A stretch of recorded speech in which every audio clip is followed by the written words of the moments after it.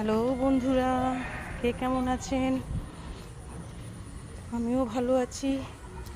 আপনারা নিশ্চয়ই ভালো আছেন। ভালো থাকুন, সুস্থ থাকুন।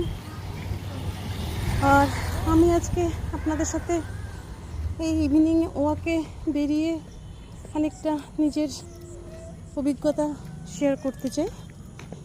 তো এক সময় আমার বডি ওয়েট এতটা হেভি হয়ে গেছিলো, আমার নি পেইনটা ভীষণভাবে যন্ত্রণা দিচ্ছিল আমাকে। ডক্টরের কাছে যাই, সব রকম পরীক্ষা করার পরে ডক্টর বলল আপনাকে বডি ওয়েট কমাতে হবে, আদারওয়াইজ নি সার্জনের কাছে গিয়ে সার্জারি করতে হবে। তো এই বয়সে নি সার্জারি একটু ভয়ই ব্যাপার লাগলো আমার কাছে। তাই ভাবলাম বডি ওয়েট কমানোটা বেস্ট অপশন আমাদের কাছে।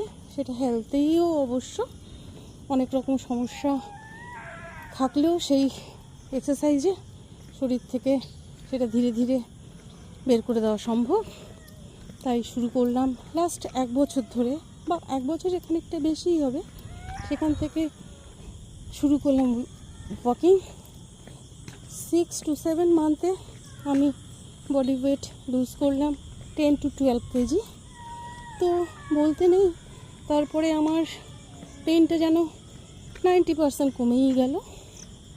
সেই ব্যথা আর শরীরে অনুভব করি না, আজ সুস্থ বোধ করেছি। তো একটা সময় যখন আমি ঘরের মধ্যে হাঁটতে আমি পারতাম না, আমি সেই অন্নপূর্ণা রেঞ্জে গেলাম।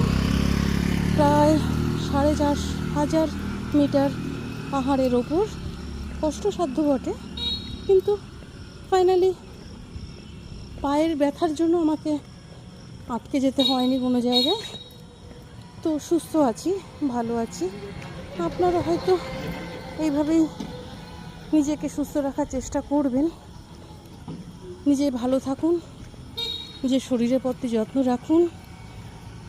দুনিয়ার সব কিছু আছে, আবার চলেও যাবে, কিন্তু তার মধ্যে যদি নিজেদের শরীরটা আমরা ঠিক রাখতে না পারি, তো পৃথিবীতে সব কিছু বেকার বলে মনে হবে। সেই মুহূর্তে তখন মনে হবে বেঁচে থাকাটা অনেক বেশি কঠিন হয়ে দাঁড়াচ্ছে।